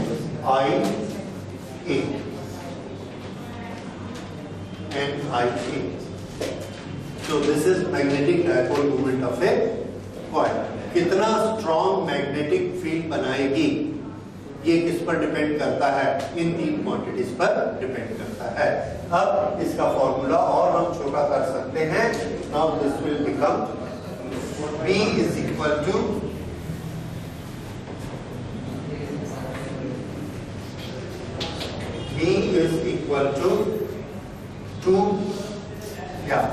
Mu naught upon 4 pi, इसको तो अलग रखते हैं, mu naught upon 4 pi and 2m upon a square plus x square to the power 3/2।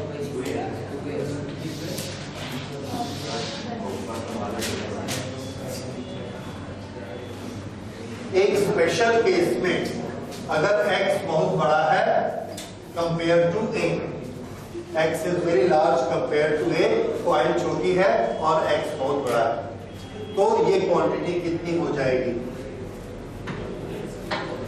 If x is too large compared to a, then this quantity V is equal to mu naught upon 4 pi. This is 2m upon x square to the power 3/2. So this will be x to the power 3.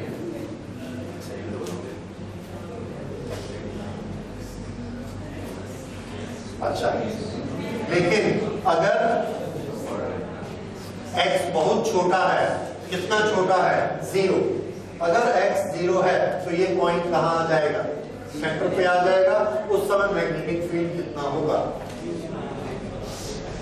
Second case, if x is equal to 0, point at center, उस समय यहां पर x is equal to 0 कर दिया हमने, x is equal to 0, तो ये कितना बन जाएगा? B is equal to mu naught upon 4 pi, 2 mu naught upon 4 pi I into pi a square upon a square की पावर 3/2, क्योंकि x क्या हो गया है? 0, तो a square to the power 3/2 is equal to a cube। इसके सारे cancellation करिए तो ये क्या आ जाएगा?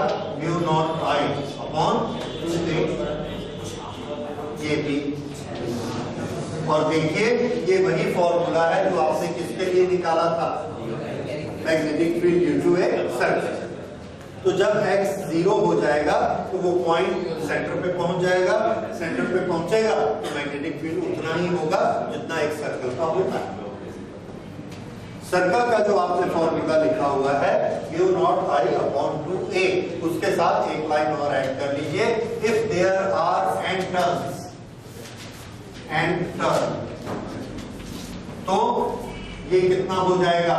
B is equal to mu naught Ni upon 2a, ये n और लग जाएगा नंबर ऑफ टर्न्स के लिए।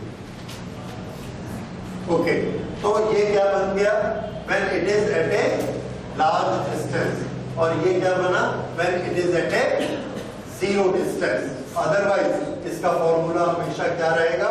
This one, where n is equal to Nia। ये फॉर्मूला वैसा ही फॉर्मूला है जैसा आपने इलेक्ट्रिकल डायपोल के लिए बनाया था। अच्छा, यहां पर देखिए मैग्नेटिक फील्ड की डायरेक्शन किधर आई है? कमिंग आउट सेंटर से, इसके परपेंडिकुलर अलोंग द एक्सिस। तो जब एक कॉइल में करंट फ्लो हो रही है तो मैग्नेटिक फील्ड की डायरेक्शन कैसी होती है? Along the axis. अब ये जो अलोंग द एक्सिस है, इसमें कौन सा रूल बना? तो वही कर्व रूल है। यहाँ पर जब इस तरह से करंट फ्लो होगी तो ये मैग्नेटिक फील्ड की डायरेक्शन रहेगी पूरी अलोंग द एक्सिस, राइट। जब हम एक बार मैग्नेट लेते हैं, ये क्वांटिटी के बारे में हो गया, ये सबने नोट कर लिया। अब हम इसकी एनालॉजी देखते हैं एक बार मैग्नेट के साथ।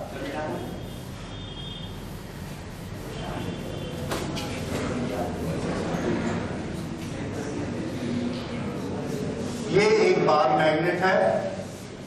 इस बार मैग्नेट का नॉर्थ साउथ है।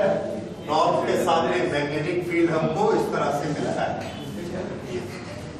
और साउथ में ऐसा मैग्नेटिक फील्ड आता है और ये मैग्नेटिक फील्ड लाइंस इस तरह से चलती है।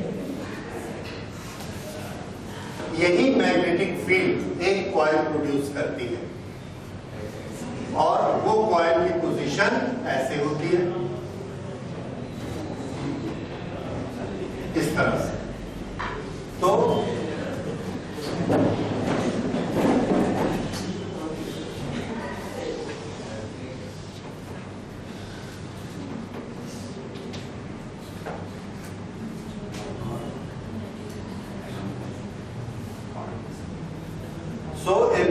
a current carrying coil act as a bar magnet. Current carrying coil act as a bar magnet.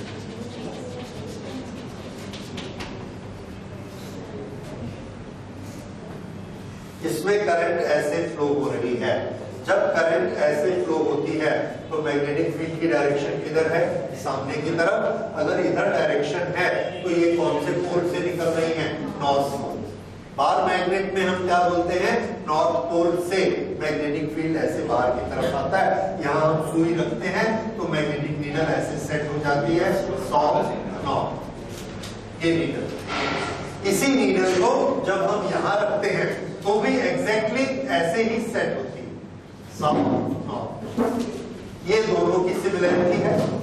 इसका मतलब बार मैग्नेट जैसा मैग्नेटिक फील्ड बनाता है वैसे ही मैग्नेटिक फील्ड कौन बनाती है?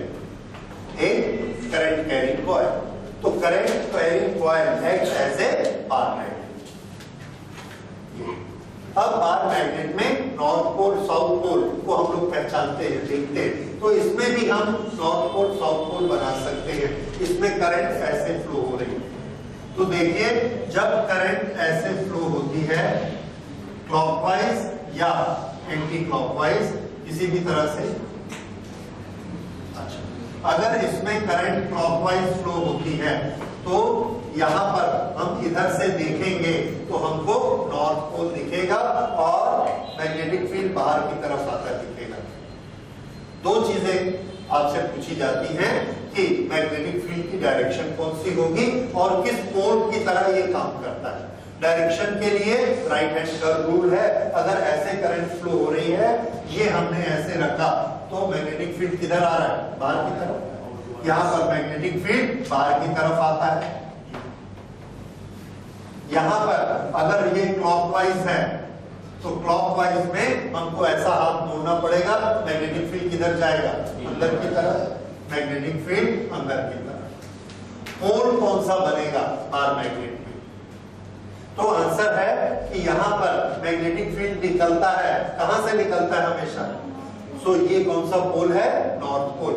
इसको याद करने के लिए हम इसके अंदर डायग्राम बनाते हैं and we write here this north.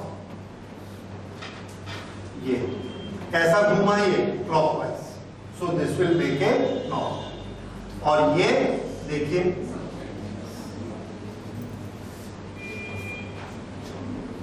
This is south.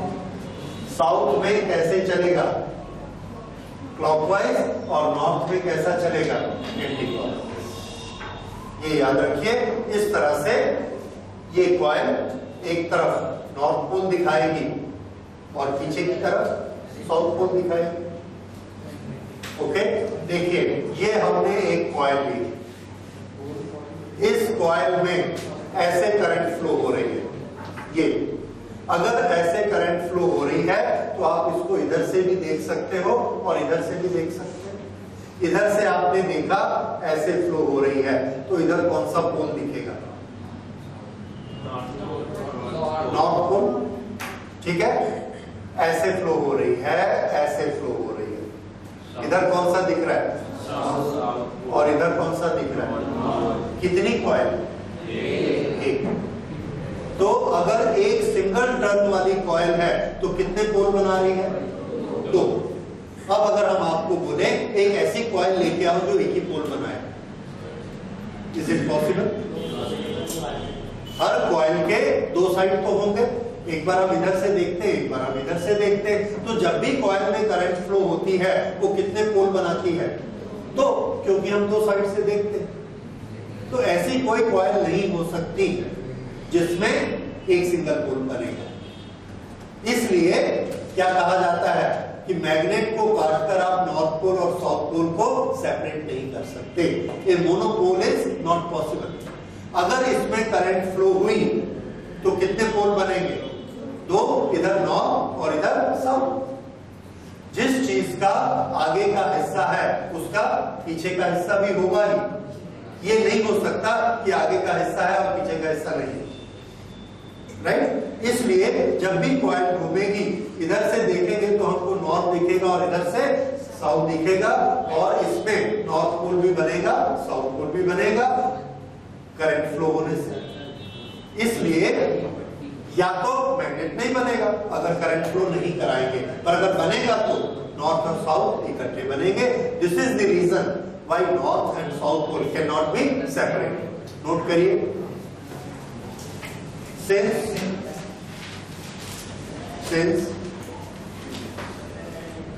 the flowing current generate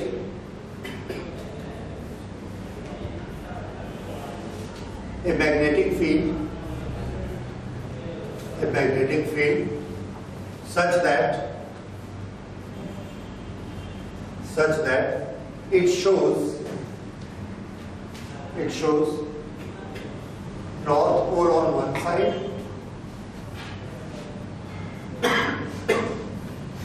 and south pole on the other side.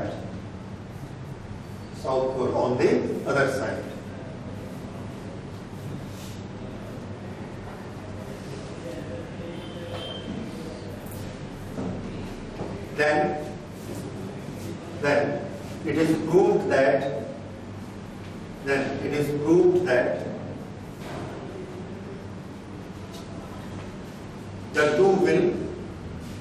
the two will exist together.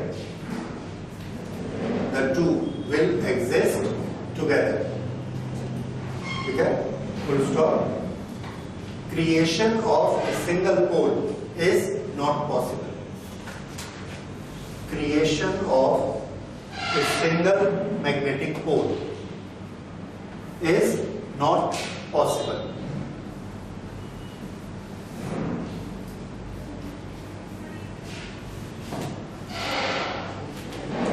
Right?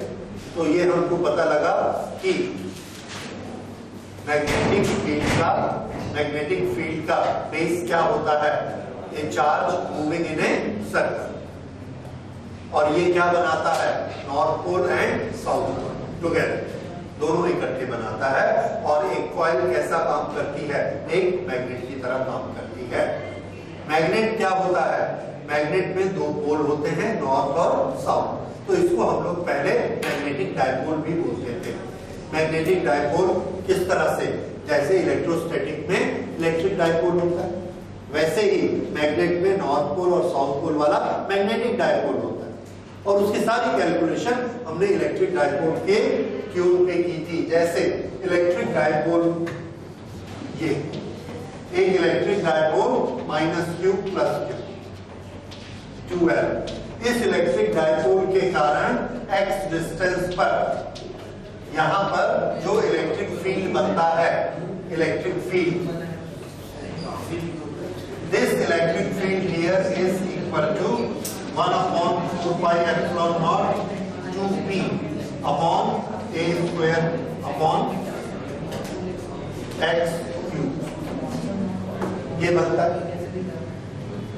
Magnetic coil के कारण यहां पर जो मैग्नेटिक फील्ड बना where x is very large compared to a, ये हमने निकाला, ये बना mu naught upon 4 pi, this is 2m upon x cube। ये क्या है?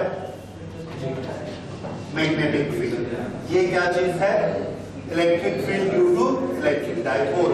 और मैग्नेट के चैप्टर में हम पढ़ते हैं कि अगर इसका डाइपोल मोमेंट m है तो यहां से x डिस्टेंस पर मैग्नेटिक फील्ड बनता है। This magnetic field is mu naught upon 4 pi 2m upon x cube। ये डिस्टेंस x है। तो ये क्या चीज है? Bar magnet. ये बनाइए और नोट करिए सब। बार मैग्नेट ये क्या है? इलेक्ट्रिक डाइपोल, और ये है करंट कैरिंग कॉइल। तीनों में आप देखेंगे फॉर्मूले का फॉर्मेट एक ही जैसा है। इसका फॉर्मूला क्या बना? 2m upon x cube. n हमने किसको मान लिया था? NiA। ये वाला फॉर्मूला हमने यहां पर लिया कॉइल का। ये किसके लिए है? कॉइल के लिए। ये किसके लिए है? Electric field. और ये मैग्नेटिक फील्ड। ये मैं बताने की ये कोशिश कर रहा हूं कि NiA मैग्नेटिक डाइपोल मोमेंट क्यों कहलाता है। फिर से देखिए, इलेक्ट्रिक फील्ड किसने बनाया? डाइपोल ने। जब इलेक्ट्रिक फील्ड डाइपोल ने बनाया, इसका ये एक्सप्रेशन है, उसमें P क्या चीज है? डाइपोल मोमेंट है। एक मैग्नेट ने मैग्नेटिक फील्ड बनाया, ये उसका फॉर्मूला है, उसमें N क्या है? Magnetic dipole moment. इसी तरह से हमने कॉइल का फॉर्मुलेशन किया और ये मैग्नेटिक फील्ड इसका आया। इसका फॉर्मेट देखिए, अगर हम इसको पूरा एक क्वांटिटी मान लें तो यही शक्ल इसकी भी आ गई, mu naught upon 4 pi 2 x cube। तो ये क्वांटिटी क्या होनी चाहिए? m। और m क्या चीज है? Magnetic dipole moment. इसलिए कॉइल की इस टर्म को क्या कहते हैं? Magnetic dipole moment. समझ आया? This is what? This is, इसका टाइटल आप देंगे एनालॉजी विद डाइपोल्स। कौन से dipoles? Electrical dipole and magnetic dipole. तो एक करंट कैरिंग कॉइल किसकी तरह बिहेव करती है? आंसर है एक डाइपोल की तरह बिहेव करती है। कौन सा डाइपोल? इलेक्ट्रिकल की मैग्नेटिक? तो आंसर है मैग्नेटिक डाइपोल। क्यों? क्योंकि ये कौन सा फील्ड बनाती है? मैग्नेटिक फील्ड बनाती है। Okay, so this was very important कि ये कितना फील्ड बनाती है, इस फील्ड का नेचर क्या होता है। It acts like a bar magnet. और मैग्नेटिज्म का जो फंडा है, फंडामेंटल बेसिक, वो क्या है? Current carrying coil. जब भी एक चार्ज एक कॉइल के फॉर्म में गोल घूमता है तो उसके एक्सिस पर एक मैग्नेटिक फील्ड ऐसे बनता है। तो ये मैग्नेटिक फील्ड का सोर्स क्या है? एक करंट, एक चार्ज जो कि गोल घूम रहा है। जैसे हर एटम में न्यूक्लियस के चारों तरफ इलेक्ट्रॉन घूमता है, that is a current carrying charge. तो ये एक करंट बन गई, उसके कारण एक मैग्नेटिज्म बनेगा, मैग्नेटिक फील्ड बनेगा। उसको हम लोग फिर अगली क्लास में स्टडी करेंगे। तो ये थोड़ा सा कॉम्प्लिकेटेड चैप्टर है और थोड़ा नया चैप्टर है, समझने में आपको प्रॉब्लम हो सकता है, बार बार आपको इसको स्टडी करना पड़ेगा। ओके, तो अभी हम यही खत्म करते हैं।